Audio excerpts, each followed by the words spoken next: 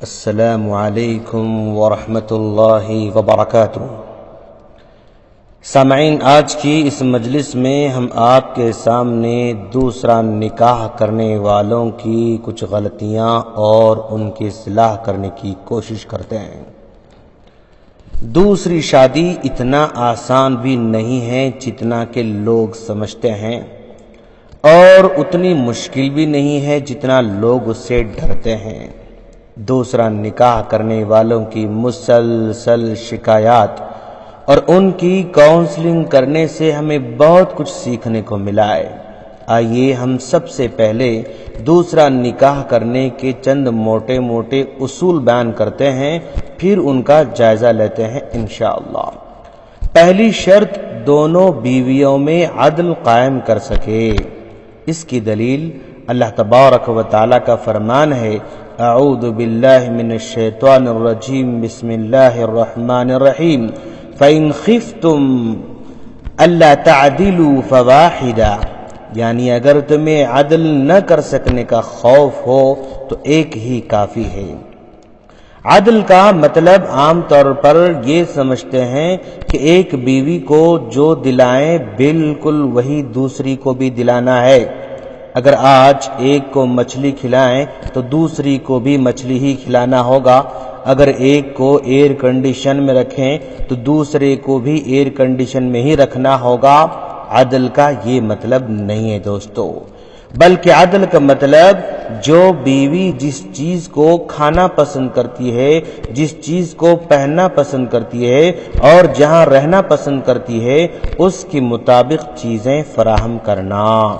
ایک بیوی کو مچھلی پسند ہے تو اس کو مچھلی دیں گے، لیکن دوسری بیوی کو چکن پسند ہوتا ہے تو اس کو چکن دیں گے۔ دونوں کے مرتبے کے لحاظ سے ان دونوں کو خوش رکھنا، اسی کو عدل کہا جاتا ہے۔ تو پہلی شرط عدل ہے۔ دوسری شرط، دونوں بیوی کو کھلانے کی طاقت ہو، یعنی اتنا مال ہو کہ دونوں کے اخراجات کو پورا کر سکتا ہو اور اس کے پاس وقت بھی ہو۔ تیسری شرط، مرد میں ایک سے زائد عورت کے لیے قوت بھی موجود ہو۔ یہ شروط پائی جائیں تو پھر کوئی مرد کسی دوسری عورت سے نکاح کر سکتا ہے، ورنہ نکاح کر کے سامنے والے کو برباد نہ کرے۔ اب ہمارے معاشرے میں دوسرا نکاح کرنے والے طبقے کو دیکھیں، ان میں سے اکثر و بیشتر کو اس کا علم ہی نہیں ہوتا ہے۔ آج ہمارے معاشرے میں دوسرے نکاح کا خیال آتے ہی دوست احباب کے سامنے مذاق سے ذکر کرتے ہیں، پھر یہی مذاق بڑھتے بڑھتے آگے سنجیدہ ہوتا چلا جاتا ہے۔ پھر کسی جگہ رشتے کی بات ہوتی ہے تو اب اپنی مالی حالت کو بڑا چڑھا کر بیان کرنا شروع کرتے ہیں۔ بس ہمارے پاس اللہ کا دیا ہوا بہت کچھ ہے، مال ہے، دولت ہے، پراپرٹی ہے، بس ہم چاہتے ہیں کہ کسی مجبور کا سہارا بنیں، کسی مطلقہ یا بیوہ کا سہارا بنیں۔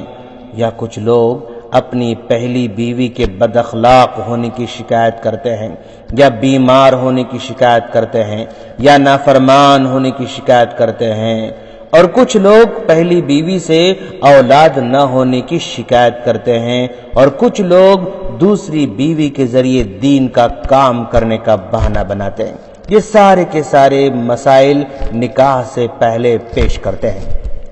ادھر لڑکی یا لڑکی والے بھی یہی کہتے ہیں کہ بس بھائی 2 وقت کی روٹی اور عزت کی زندگی مل جائے تو بس ہے، قربانیاں دینے کے وعدے کرتے ہیں۔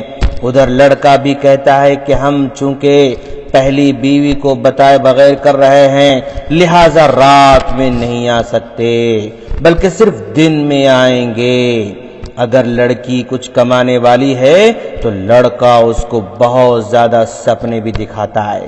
یوں دونوں بھی ایک دوسرے کے ساتھ بہت کچھ جھوٹ بول کر نکاح کے بندھن میں آ جاتے ہیں۔ ادھر نکاح کے 2 مہینے بعد ہی لڑکا اپنی اصلیت بتانا شروع کر دیتا ہے۔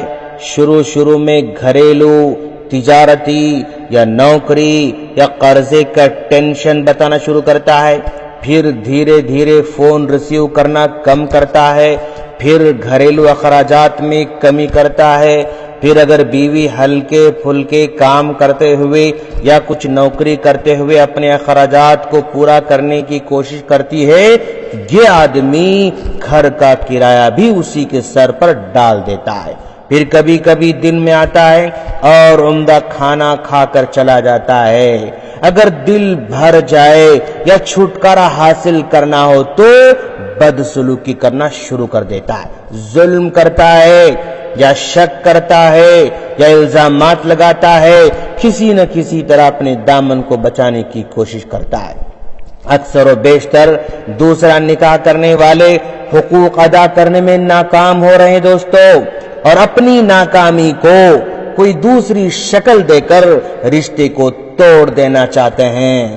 ہم نے اکثر لوگوں کو دیکھا ہے جو حقوق ادا نہیں کر سکتے ہیں، وہی آگے بڑھ چڑھ کر سنت کا نام لے کر دوسرا نکاح کر رہے ہیں۔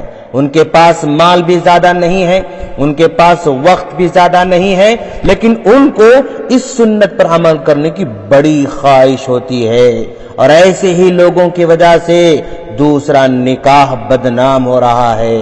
جو مالدار ہیں، وقت بھی دے سکتے ہیں، مال بھی دے سکتے ہیں، ایسے لوگ اس معاملے میں آگے نہیں بڑھ رہے ہیں۔ جو ذمہ داری ادا کر سکتے ہیں ان کو آگے بڑھنے کی ضرورت ہے تاکہ دوسرا نکاح بدنام نہ ہو جائے۔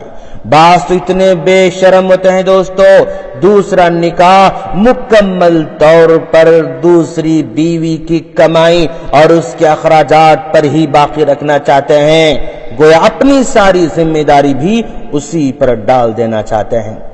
اس لیے دوسرا نکاح بہت جلد ناکام ہو جاتا ہے، شکایات کی لائن لگ جاتی ہے۔ جب کبھی آپ کے پاس دوسرا نکاح کرنے کی بات کرے تو سب سے پہلے اس کی کمائی کے ذرائع کا غور سے جائزہ لیں، اس کے وقت کا جائزہ لیں۔ اگر ان دونوں چیزوں کو آپ اہمیت دیے بغیر شادی کر لیتے ہیں تو بعد میں ہونے والے حادثات، واقعات کی شکایت کرنے کے حقدار آپ نہیں ہو سکتے ہیں۔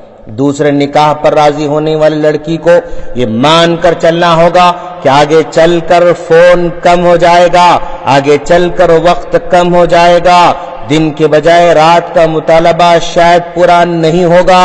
یہ ہم اس لیے کہہ رہے ہیں کہ اکثر لوگ ایسا ہی کر رہے ہیں۔ دوسرا نکاح کرنے والے لڑکے کو بھی یہ مان کر چلنا ہوگا کہ کوئی لڑکی کہتی ہے کہ ہم کو صرف آپ کے سہارے کی ضرورت ہے، شوہر کا نام ہو تو بس ہے، روٹی چٹنی جو بھی ہوگا کھا کر زندگی بسر کریں گے، رات میں نہ بھی آئیں تو چل جائے گا، ہم قربانیاں دینے تیار ہیں۔ اس طرح کی باتیں عام طور پر نکاح سے پہلے ہوتی ہیں۔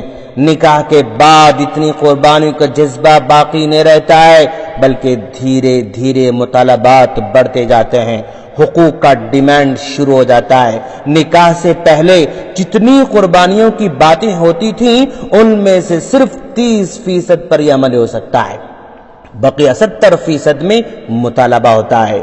ہم یہ نہیں کہتے کہ سارے دوسرے نکاح کرنے والے فیل ہیں، نہیں، ہمارے سامنے ایسے لوگ بھی ہیں جو دوسرا نکاح پورے حقوق ادا کرنے کیا ہے، مال بھی بہت خرچ کرتے ہیں، وقت بھی بہت دیتے ہیں، اس کی ہر چیز کا خیال بھی رکھتے ہیں، سب کو بول بتا کر کرتے ہیں، لیکن اتفاق ایسا ہو رہا ہے کہ ایسے لوگوں کو جو لڑکی ملتی ہے نا، وہ لڑکی صحیح نہیں ہوا کرتی ہے، وہ ناشکری ہوتی ہے، وہ شکر گزار کی جو ہے اس میں انتہائی کمی ہوتی ہے، وہ سب کے ساتھ خوشی خوشی رہنا نہیں چاہتی ہے، وہ سب کو لے کر چلنا نہیں چاہتی ہے، اپنے آپ میں رہتی ہے۔ جو شکر کا پہلو اور خوشی ایک مرد دیکھنا چاہتا ہے اس میں موجود نہیں ہوتا ہے۔ ہم نے ایسے ناشکرے مردوں کو بھی دیکھا ہے جن کو دوسری بیوی ایسی ملی جو اپنے اخراجات خود حل کر لیتی ہے، بلکہ اس کے بھی سکھ دکھ میں ساتھ دیتی ہے، لیکن یہ آدمی اس کے ساتھ برا سلوک کرتا ہے، اس پر ظلم کرتا ہے، اس کو تنگ کرتا ہے، بلکہ طلاق دینے کی دھمکی دیتا ہے، اور اکثر و بیشتر طلاق دے بھی دیتے ہیں۔ آج کل دین کا سہارا لے کر ظلم کر رہے ہیں. جیسے ایک آدمی اپنی دوسری بیوی سے دل بھر گیا تو اس کو چھوڑنے کے لیے ایک کلمے کا سہارا لیتا ہے کہ میں عدل نہیں کر سکتا، لہذا چھوڑ دینا چاہتا ہوں، کیونکہ میں اپنی دنیا اور آخرت برباد کرنا نہیں چاہتا. دوسری بیوی یہاں تک کہتی ہے کہ مجھے صرف نام کے لیے بیوی بنا کے رکھو، طلاق مت دو. میری 2 بہنیں اور اپنے گھر میں بیٹھی ہوئی ہیں، اگر میں اپنے گھر جاؤں گی تو میری دوسری بہنوں کا نکاح بھی مشکل ہوگا. میرے والدین کمزور ہیں، سخت بیمار رہتے ہیں، ان کے لیے یہ طلاق کا مسئلہ ناقابل برداشت ہوگا. میرے حقوق ادا نہیں کرنا چاہتے ہیں، مت کرو، لیکن مجھے طلاق تو مت دو. میرے گھر والوں کی نیند کو حرام مت کرو. لیکن یہ نام نہاد دیندار اپنی رٹ لگائے رہتا ہے کہ میں عدل نہیں کر سکتا، عدل نہیں کر سکتا اور آخرت برباد نہیں کر سکتا. اس طرح کی باتیں کہہ کر وہ بیوقوف اپنی بیوی کو طلاق دیتا ہے. اب ایسے بیوقوف کو کون سمجھائے کہ عدل کیا ہوتا ہے، عدل کس کو کہتے ہیں؟ وہ بیچاری اپنے خاندانی مسائل، ماں باپ کے مسائل کو مزید بگاڑ پیدا ہونے سے روکنے کے لیے اپنے سارے حقوق کو معاف کر دیتی ہے، دستبردار ہوتی ہے، لیکن اس کمبخت کو سوائے طلاق کے کچھ نظر نہیں آتا. اب بتائیں بدبخت کو کس نے کہا تھا کہ دوسرا نکاح کر کے سنت کو بدنام کرے یا کسی کا سہارا بننے کا ڈھونگ رچا کر کسی کی زندگی کو تباہ کرے؟ اب اس کا طلاق دینا کیا اس لڑکی کی زندگی کو تباہ کرنے کے برابر نہیں ہے؟ صرف دین کے نام پر دوسرا نکاح کر کے دین کو کھلواڑ بنایا جا رہا ہے. کچھ لوگ تو دوسرا نکاح کر کے باہر جاتے ہیں، پھر اپنے تعلقات کو دھیرے دھیرے کم کرتے ہیں. نہ ان کو کانٹیکٹ کیا جا سکتا ہے، نہ ان کو سمجھایا جا سکتا ہے. ان کے ماں باپ یہاں رہتے ہیں، اب ان سے بات کی جائے تو وہ کھلے طور پر انکار کر دیتے ہیں اور کہتے ہیں کہ ہمارے بچے سے ہمارا کوئی لینا دینا نہیں ہے، جب وہ آئیں گے تو ان سے ہی اپنا مسئلہ حل کر لینا. یہ کہہ کر اس لڑکے کے ماں باپ بھی اپنے دامن کو جھاڑ لیتے ہیں.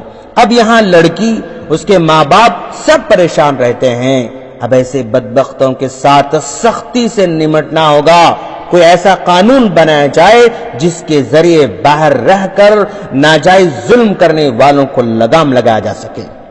کچھ لوگ دوسرا نکاح کرنے کے بعد اپنی پہلی بیوی کے ساتھ بدسلوکی شروع کر دیتے ہیں، اپنی پہلی بیوی کو بالکل درمیان میں لٹکا دیتے ہیں. پہلی بیوی صبر کرنے کے بعد بھی اس کو طلاق دینے کا پلان بناتے ہیں یا خلا لینے پر دباؤ ڈالتے ہیں. اس طرح کے معاملات پیش آ رہے ہیں دوستو.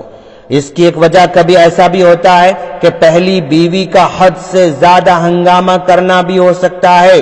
وہ اتنا ہنگامہ کرتی ہے کہ ایک مرد کی طاقت سے باہر ہو جاتا ہے. تو ایسے موقع پر نا سمجھ مرد یا تو ظلم کرتے ہیں یا پھر طلاق دے دیتے ہیں.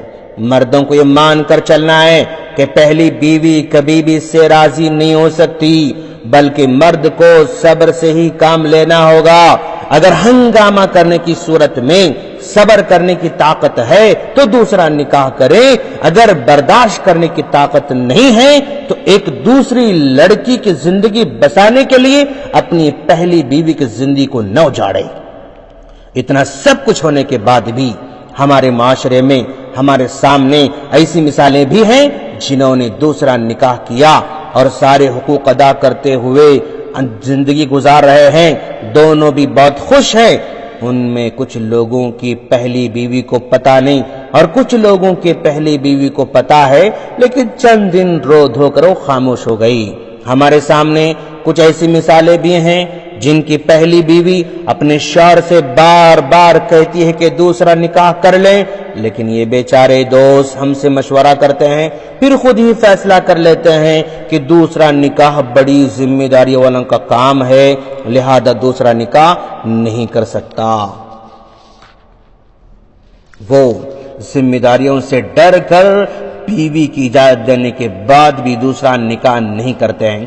ہاں، یہ لوگ سمجھدار بھی لگتے ہیں اور کبھی کبھی نادان بھی لگتے ہیں.